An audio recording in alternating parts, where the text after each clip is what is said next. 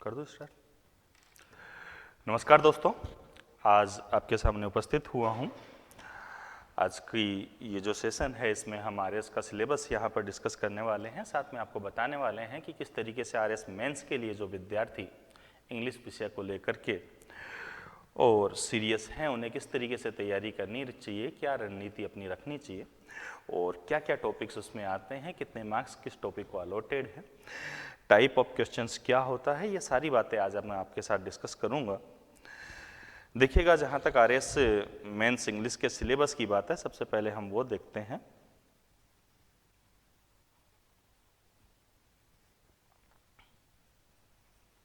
Paper 4th में ये languages जो हैं हिंदी एंड इंग्लिश, ये दोनों दोस्तों अपने आती हैं। इंग्लिश के वेटेज की अगर मैं बात करूँ तो मैक्सिमम मार्क्स इसका 80 मार्क्स होता है। अब बात करते हैं कि पेपर के इनिशियली जो टॉपिक्स हमारे आते हैं, तो सबसे पहले फर्स्ट पॉइंट में अपन देखें तो 10 क्वेश्चंस हमारे सेंटेंस करेक्शन के नाम से आते हैं। इसको अपन कहते हैं correction of sentences. Correction of sentence. Correction of sentence में हम बात करें तो इसमें एरर रिलेटेड क्वेश्चंस दोस्तों पूछे जाते हैं आप लोगों से।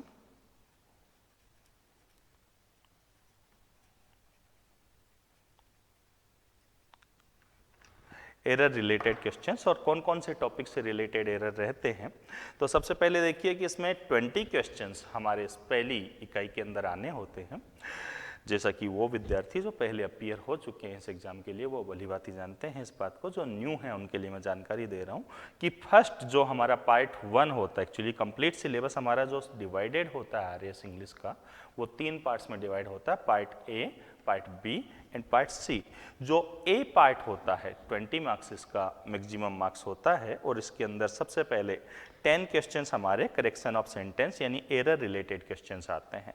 और दोस्तों यहाँ पर मैं आपको बता दूं कि ये 10 क्वेश्चंस जो हैं, इस 10 क्वेश्चन में 2 टॉपिक हमारे हैं जिनको कि हाईलाइट किया जाता है। एक तो है आर्टिकल्स और दूसरा है डेटरमिनर्स। आर्टिकल्स एंड डेटरमिनर्स, ये 2 टॉपिक दोस्तों हैं। इन दोनों टॉपिक से इस पार्ट ए के अंदर 10 क्वेश्चंस स्टूडेंट से पूछे जाते हैं, और वो क्वेश्चंस जो हैं वो एरर रिलेटेड क्वेश्चंस रहते हैं, यानी कि आर्टिकल या डेटरमिनर्स टॉपिक को लेकर के और एक सेंटेंस हमारे सामने रखा जाता है। उस सेंटेंस में आर्टिकल या डेटरमिनर की कोई एरर होता है, हमें क्या करना होता है, वो एरर जो उस सेंटेंस में है उसे करेक्ट करते हुए सेंटेंस को रीराइट करना होता है। देखिएगा, 10 क्वेश्चंस इन दोनों टॉपिक से रिलेटेड हैं दोस्तों। जैसा कि मैं आपसे बात करूं तो आर्टिकल्स का यूज़ भी मेनली हम नाउन्स के साथ करते हैं, डेटरमिनर्स का यूज़ भी मेनली नाउन्स के साथ करते हैं। यानी कि किस तरीके से ये एरर्स डिटेक्ट किए जाते हैं, तो मैं आपको बताऊं, सेंटेंस में हमें ये देखना होता है कितने नाउन्स आए हैं और whether we should use an article और ए डेटरमिनर विद देम और नॉट, ये हमें चेक करना होता है। टॉपिक जब आपको पढ़ाते हैं तो बहुत अच्छे से गाइड किया जाता है। 10 क्वेश्चंस इसके हैं, यानी कि 10 मार्क्स इसका वेटेज है दोस्तों। अब बात करते हैं अपन इसी पार्ट ए में। यहाँ पर हम पार्ट ए डिस्कस कर रहे हैं। Part A, part B and part C हमारा है। पार्ट ए यहाँ पर हम डिस्कस कर रहे हैं। पार्ट ए में देखिए, सबसे पहले तो मैंने कहा करेक्शन ऑफ सेंटेंस में एरर रिलेटेड क्वेश्चंस होंगे, जो 10 क्वेश्चंस होंगे, और वो दोनों 10 क्वेश्चंस जो हैं वो इन 2 टॉपिक्स पर बेस्ड होंगे, आर्टिकल्स एंड डेटरमिनर्स। 10 क्वेश्चंस सेंटेंसेस के फॉर्मेट में आपको दिए जाएंगे और उनमें आर्टिकल्स या डेटरमिनर्स की क्या एरर है उसको देखते हुए आपको सेंटेंस को जैसा क्वेश्चन में है उसको लिखना है, और उसके बाद उसको करेक्टेड सेंटेंस के फॉर्म में आपको उसको करेक्शन करते हुए अपना आंसर लिखना होता है। अब अपन बात करते हैं कि इसके अलावा पार्ट ए में 10 मोर क्वेश्चंस आर देयर, और वो जो क्वेश्चंस होते हैं वो कौन कौन से टॉपिक से रिलेटेड होते हैं, तो आप देखेंगे प्रीपोजिशंस ग्रामर का टॉपिक है दोस्तों जो आपके होता है। प्रीपोजिशन से रिलेटेड क्वेश्चंस आएंगे। प्रीपोजिशन में आप देखेंगे बेसिक प्रीपोजिशंस होते हैं, प्रीपोजिशन ऑफ प्लेस है, प्रीपोजिशन ऑफ पोजीशन है, प्रीपोजिशन ऑफ टाइम है, एटसेट्रा।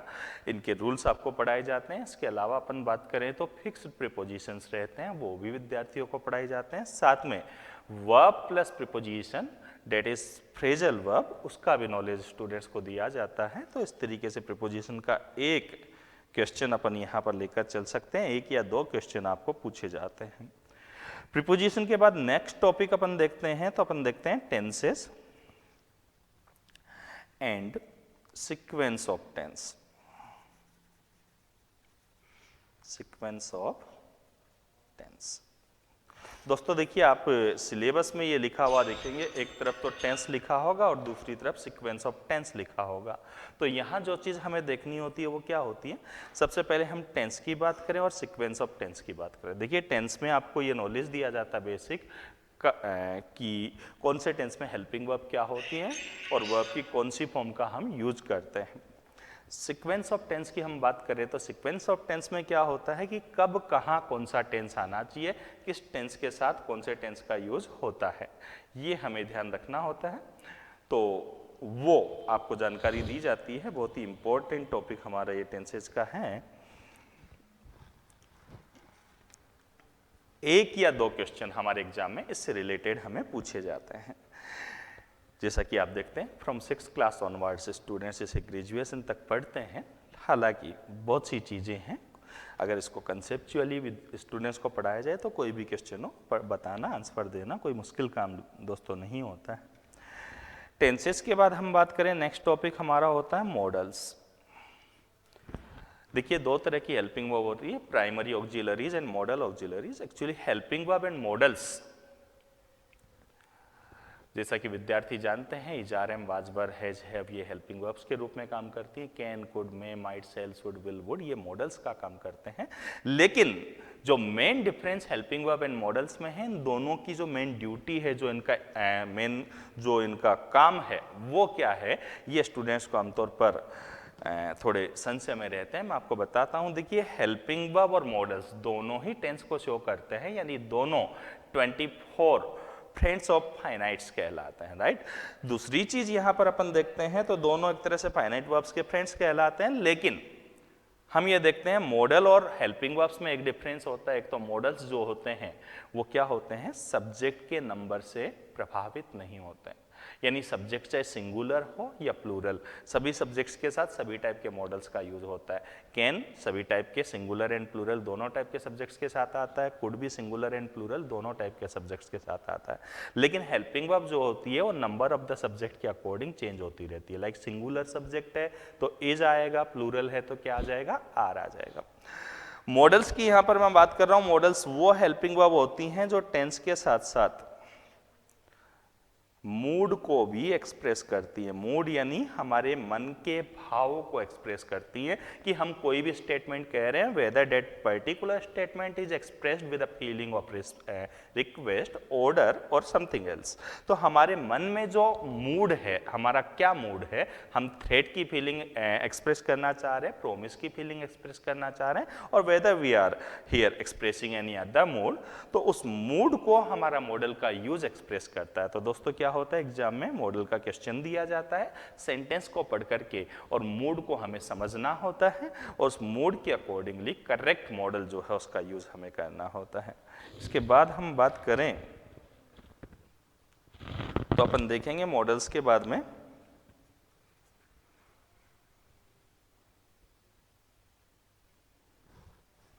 नेक्स्ट टॉपिक, मॉडल्स के बाद में हम देखें अपने यहाँ पर, तो हम देखते हैं active and passive voice.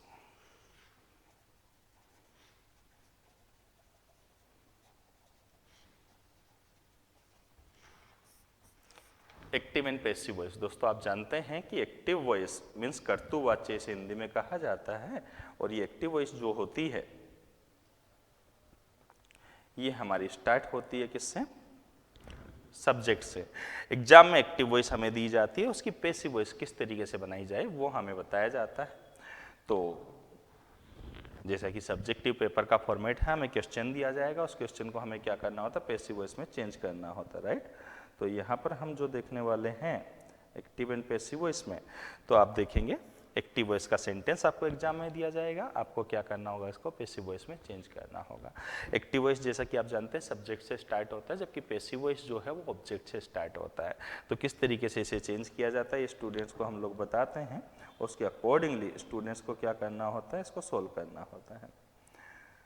Topic उनको पढ़ाया जाता है, then lots of practice students को करवाई जाती है, जिससे कि इस टॉपिक को बहुत अच्छे से स्टूडेंट्स कर सकते हैं। अब अपन यहाँ पर बात करते हैं, अगला टॉपिक अपना जो है ये है direct and indirect.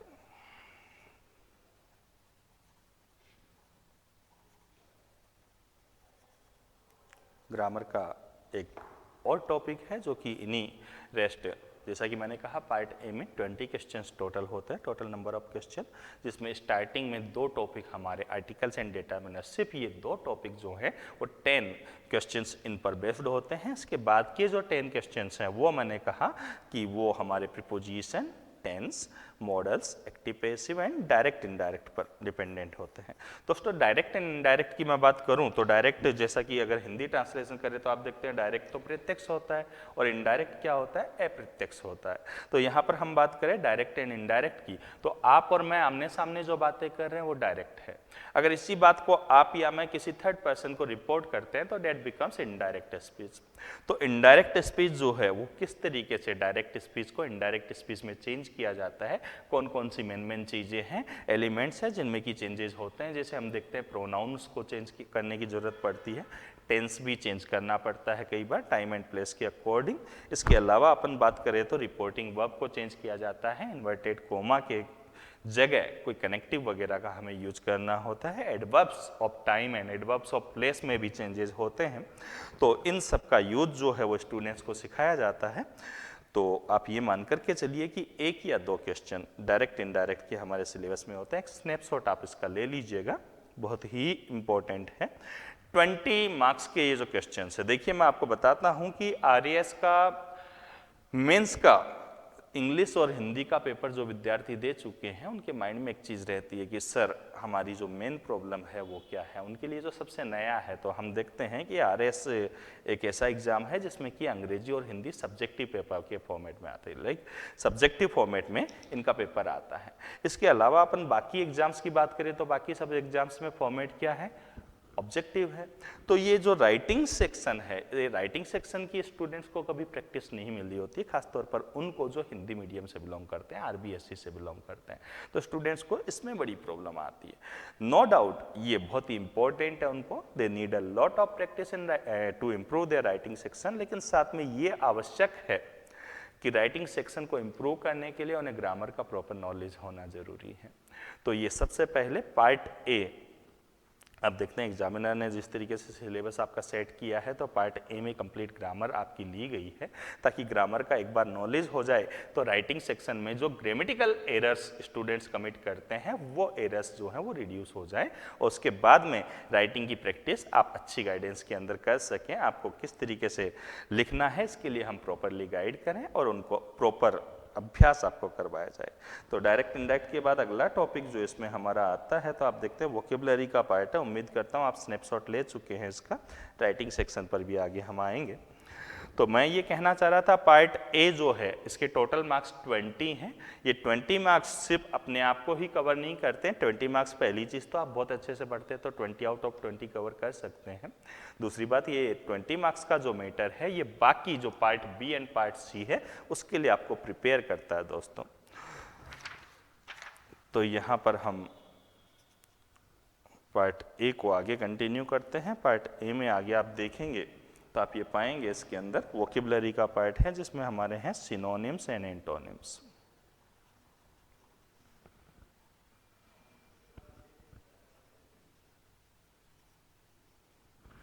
Synonyms and antonyms के बाद बात करें तो ईडियम्स एंड फ्रेजल वर्ब्स होती हैं, बहुत ही ज़्यादा इंपॉर्टेंट। 2 से 3 क्वेश्चंस मैंने देखा डिफरेंट एग्जाम्स में पूछे जाते रहे। हाँ, स्टूडेंट्स को मैं इतना ज़रूर कहूँगा कि कुछ limited idioms and phrasal verbs हम प्रोवाइड करवाते हैं स्टूडेंट्स को, और पिछले काफ़ी सालों से हम ये देखते आ रहे हैं कि जो सिलेक्टेड फ्रेजल वर्ब्स और इडियम्स हैं वो एग्जाम में रिपीटेडली आते रहे हैं। तो जहाँ तक हमें लगता है 200-250 ये वर्ड्स जो चुने हुए हैं आप लोगों के लिए, ये हम क्लासरूम में स्टूडेंट्स को लर्न करवाते हैं, और बाकी का मैटर जो है वो किस तरीके से लर्न किया जाता है उसके लिए उनको माइंडली और फिजिकली दोनों तरीके से हम उनको प्रिपेयर करते हैं। तो फ्रेजल वर्ब है दोस्तों, यहाँ पर verb plus preposition phrasal verb होती है, जैसा कि मैंने आपको कहा था यूज ऑफ फिक्स प्रीपोजिशन। इसके अलावा अपन देखते हैं इडियम्स भी है। इसके बाद हम बात करें तो दोस्तों हमारे पास आता है one word substitution. One word substitution.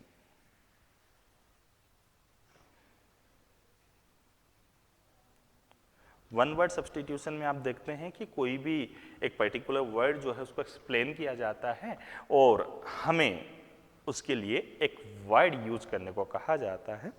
Like जैसे सपोज कीजिए कि हम यहाँ पर बात करें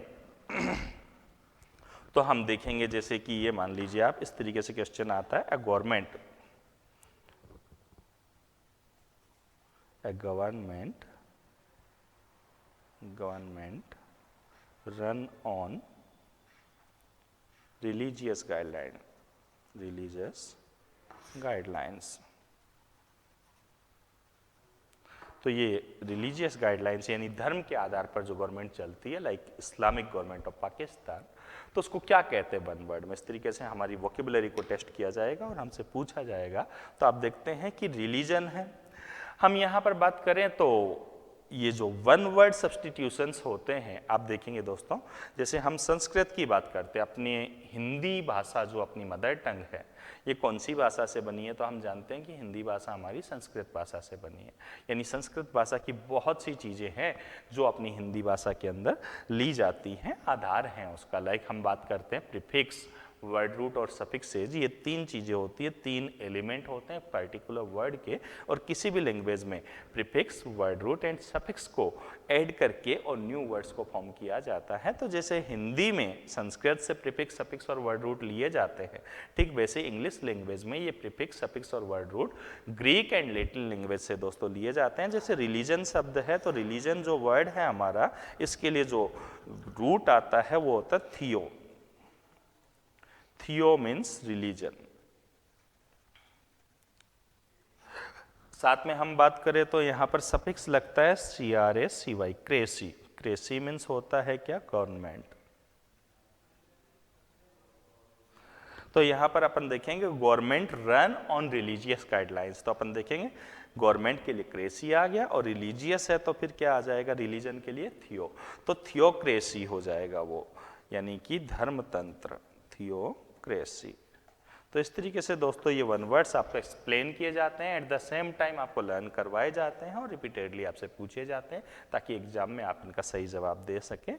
और ये मान करके चलिए 500 plus important words one words के आपके सामने रखे जाते हैं। तो बहुत ही ज़्यादा पॉजिटिव मैटर ये आपके लिए है, जो कि एनहेंस करता है आपकी स्कोरिंग को। आगे बढ़ जाते हैं, वर्ड्स ऑफन कंफ्यूज्ड और मिसयूज्ड, ये अपना है इसमें वोकेबुलरी का एक और पार्ट। वर्ड्स ऑफन कंफ्यूज्ड और मिसयूज्ड। यहां पर हम देखते हैं दोस्तों दो एक जैसे दिखने वाले वर्ड्स, केवल क्या होता है कि स्पेलिंग में थोड़ा सा चेंज आ जाता है, डेट्स वाई उनका यूज भी चेंज हो जाता है। तो ऐसे जो वर्ड्स हैं, जैसे आप देखेंगे ALTER है और ALTAR है, या फिर SIGST है, CITE है, या SITE है। सारे वर्ड्स आप देखेंगे बोलने में एक जैसे लगते हैं, लेकिन सबकी स्पेलिंग डिफरेंट है, सबका मीनिंग डिफरेंट है, सबके यूजेस डिफरेंट है। तो ये कन्फ्यूजेबल वर्ड्स इनको कहा जाता है दोस्तों। ये कन्फ्यूजेबल वर्ड्स की पूरी प्रॉपर इंपॉर्टेंट वर्ड्स की आपको लिस्टिंग दी जाएगी, साथ में इनका यूज कैसे होता है, क्या क्या डिफरेंस इनमें है, वो आपको एक्सप्लेन किया जाएगा, जिससे कि आप एग्जाम में इसको सोल्व कर पाएंगे। तो ये दोस्तों सबसे पहले हमारा पहला पार्ट था, जिसके अंदर आप देख रहे हैं, एक बार फिर से मैं रिव्यू देता हूँ फर्स्ट पार्ट का। तो आप देखेंगे सबसे पहले 10 क्वेश्चंस हैं, जो कि दो टॉपिक्स पर बेस्ड हैं। पहला टॉपिक है हमारा क्या, आर्टिकल्स, और दूसरा टॉपिक है क्या, डेटा मैनर्स। उसके बाद में 10 क्वेश्चंस इन दोनों टॉपिक पर आधारित हैं, यानी कि ये आर्टिकल्स एंड डेटा मैनर्स जो टॉपिक है बहुत ही ज़्यादा इंपॉर्टेंट है आपके लिए। 10 मार्क्स आप सोचिए ये कैरी करते हैं। इसके बाद बाकी की जो ग्रामर है वो बचे हुए 10 मार्क्स कैरी करती है पार्ट ए के, जिसमें हमारे क्या क्या आते हैं एक बार मोटा मोटा मैं आपके साथ डिस्कस कर लेता हूँ। मैंने आपको पहले भी बताया है। तो अपन देखते हैं प्रीपोजिशंस आते हैं उसमें। प्रीपोजिशंस के अलावा अपन बात करें तो टेंसेज आते हैं, मॉडल्स आते हैं, एक्टिव एंड पैसिव वॉइस आती है, एंड डायरेक्ट एंड इनडायरेक्ट आते हैं। ये चीज़ें हैं बेसिकली 5 टॉपिक है जो हमने यहाँ पर डिस्कस किए। इसके अलावा वोकेबलरी का पार्ट है जिसमें आपको बताया सिनोनिम्स एंड एंटोनिम्स है, उसके अलावा फ्रेजल वर्ब्स एंड इडियम्स हैं, उसके अलावा one word substitution and words wrongly used और often confused। तो ये हमारे हैं पार्ट ए का सिलेबस, जिसके मैक्सिमम मार्क्स कितने हैं, 20। अब अपन यहां पर आगे बढ़ने वाले हैं पार्ट बी की ओर। पार्ट बी पार्ट ए की तरह ही बहुत ही ज़्यादा इंपॉर्टेंट है हमारे लिए, और पार्ट बी की अपन बात करें तो आप देखेंगे 30 मार्क्स इसका जो है वो मैक्सिमम मार्क्स इसका अलॉटेड है। आरएएस का सिलेबस अपन यहाँ पर डिस्कस कर रहे हैं। पार्ट बी की बात करते हैं दोस्तों। पार्ट ए अपन डिस्कस कर चुके हैं, पार्ट बी में अपन देखें तो इसका मैक्सिमम मार्क्स जो है वो है कितना, 30। जैसा कि आपने देखा था पार्ट ए का मैक्सिमम मार्क्स जो था वो कितना था, 20। तो 20 + 30 यहाँ तक 80 हो जाएगा, और फिर बचे हुए जो 30 मार्क्स हैं वो हमारे पार्ट सी में आएंगे। तो पार्ट बी के अंदर अपन डिस्कस करें तो देखिए क्या आता है। सबसे पहले देखिए एक कॉम्प्रीहेंशन पैसेज, यानी कि आप देखते हैं अनसीन पैसेज आप हमेशा ऐसे करते आए हैं, यहाँ पर बस वो सब्जेक्टिव है नहीं कि ऑब्जेक्टिव फॉर्मेट में। तो कॉम्प्रीहेंशन पैसेज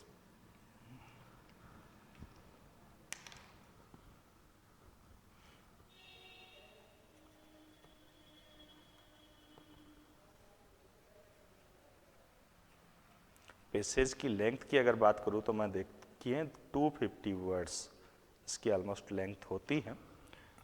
ये 10 मार्क्स का हमारा होता है। मैक्सिमम मार्क्स इसके कितने होते हैं, 10। कॉम्प्रीहेंशन पैसेज है दोस्तों। Questions 5 questions, each question carrying 2 marks आपको दिए जाएंगे।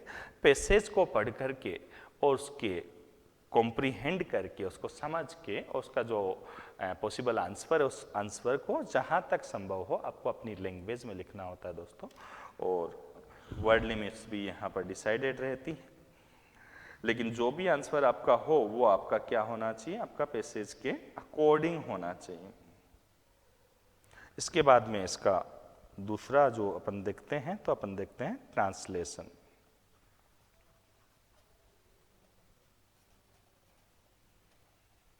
ट्रांसलेशन की बात करते हैं दोस्तों। यहाँ पर अपन हिंदी टू इंग्लिश, ये हमारा हिंदी के सेंटेंसेज अपन को दिए जाते हैं और उनको किस में ट्रांसलेट करना होता है, इंग्लिश लैंग्वेज में। तो हिंदी टू इंग्लिश दोस्तों ये ट्रांसलेशन है। आप देखते हैं देयर आर 5 सेंटेंसेज। कितने सेंटेंस दिए जाते हैं अपन को, 5 सेंटेंस टू ट्रांसलेट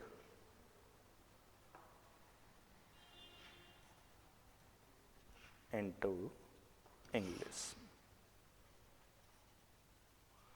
हिंदी के 5 सेंटेंसेस हमें दिए जाते हैं जिन्हें हमें इंग्लिश में ट्रांसलेट करना होता है। जैसा कि मैं कह रहा था कि पार्ट ए में ग्रामर को फोकस करने का, उसको हाईलाइट करने का जो हमारा उद्देश्य होता है वो सिर्फ पार्ट ए के 20 मार्क्स को होली कवर करना नहीं होता है, साथ में वो ग्रामर जो है वो यहाँ ट्रांसलेशन में भी हमारे काम आती है दोस्तों। सिर्फ वोकेबलरी पता होना किसी हिंदी वर्ड के लिए, इंग्लिश वर्ड पता होना, डेट इज नॉट सफिशिएंट।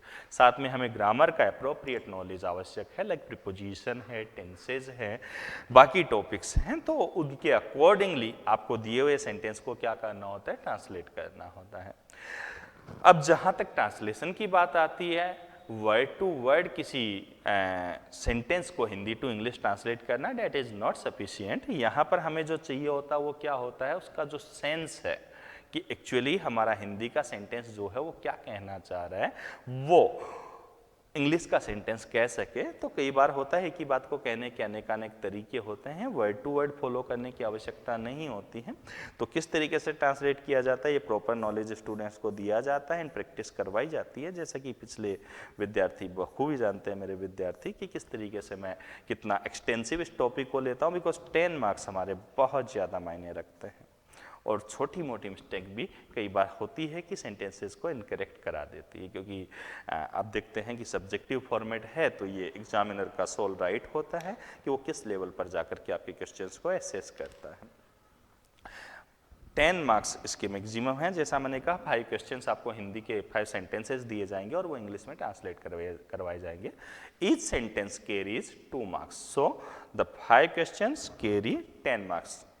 इसके बाद अपन बात करते हैं दोस्तों हमारा इसमें प्रेसिस राइटिंग, थोड़ा सा मैं गति पकड़ता हूं। प्रेसिस राइटिंग होता है जिसमें एक अनसीन पैसेज हमें दोस्तों दिया जाता है।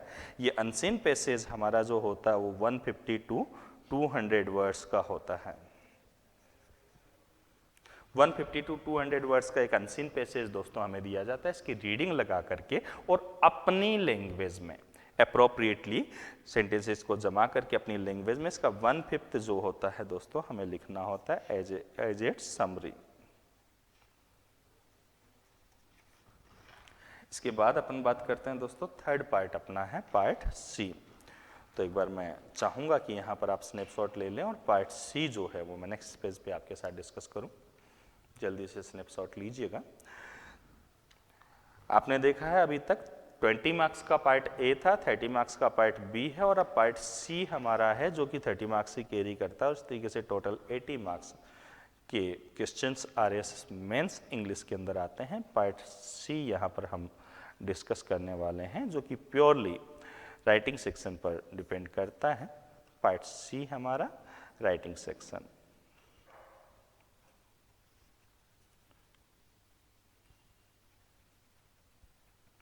पार्ट सी, यहां पर आप देखेंगे पार्ट सी में सबसे पहले पैराग्राफ राइटिंग,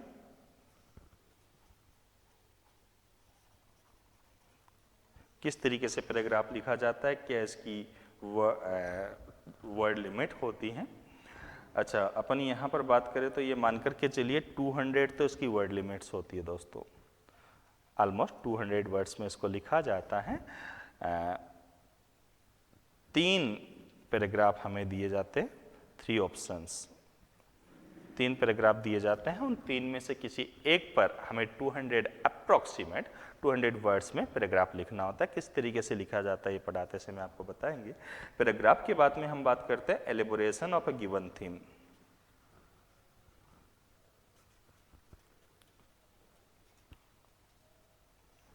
ऑफ है गिवन थीम। तो यहाँ पर आप देखिए हिंदी में आप जैसा कि देखते हैं कि पल्लवन आपने सुना होगा, एक छोटा कुछ सेंटेंस आपको दिया जाता है, उसको आपको क्या करना होता है, एक्सपेंड करना होता है।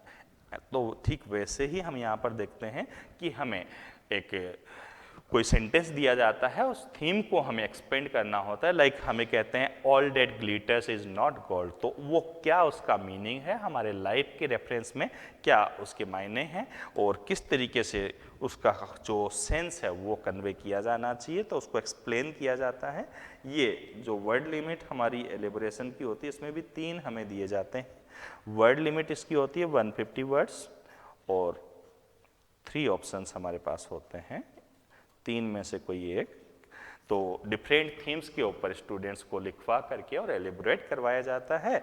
और इसमें कौन कौन सी थीम्स आती है, देखिए निश्चित थीम्स हैं तो उन थीम्स के ऊपर प्रॉपर प्रैक्टिस करवाई जाती है। साथ में उनको ये आइडिया दिया जाता है, ये अभ्यास करवाया जाता है कि कोई भी नई थीम भी अगर उनकी पड़ी हुई नहीं भी है प्रीवियसली, तो अगर आ गई तो किस तरीके से वो उसको एक्सपेंड कर सकते हैं। देखिए राइटिंग सेक्शन का इम्प्रूवमेंट जो है वो स्टूडेंट के थॉट्स के इम्प्रूवमेंट से रिलेट करता है।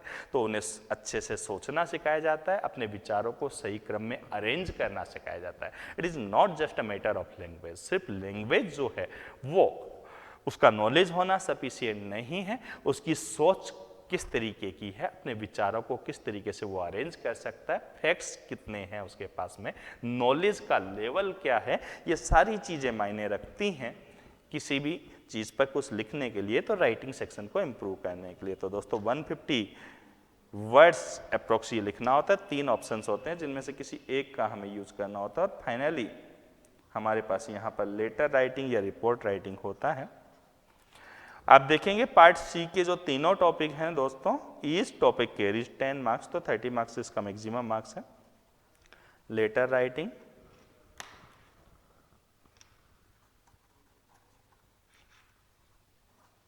और थीम यहाँ पर अपन देखेंगे रिपोर्ट राइटिंग। तो डिफरेंट टाइप ऑफ रिपोर्ट्स और डिफरेंट टाइप ऑफ लेटर्स, क्या उनका फॉर्मेट दोस्तों होता है, और जैसे कि ऑफिशियल लेटर्स हैं हमारे, उसके अलावा बिजनेस लेटर्स हैं, उसके अलावा पर्सनल लेटर्स हैं। तो ऑफिशियल लेटर के क्या क्या एलिमेंट्स होते हैं, कितने पार्ट्स हैं, किस किस तरीके से, कहाँ कहाँ उनका फॉर्मेट क्या होता है, और उनके अंदर क्या लिखा जाता है, ये सारी चीज़ें हम यहाँ पर डिस्कस करते हैं। और साथ में लैंग्वेज कैसी होनी चाहिए, किस तरीके से, कुछ सेट एग्जाम्पल्स होते हैं जो स्टूडेंट्स के सामने प्रेस किए जाते हैं। ये सारी चीज़ें प्रॉपर प्रैक्टिस के साथ स्टूडेंट्स को इम्प्रूव करवाई जाती है। तो दोस्तों आप देखते हैं सिलेबस को ओवरऑल में डिस्कस करूँ, 3 पार्ट्स में आपका इंग्लिश का सिलेबस RS मेंस का डिवाइडेड है।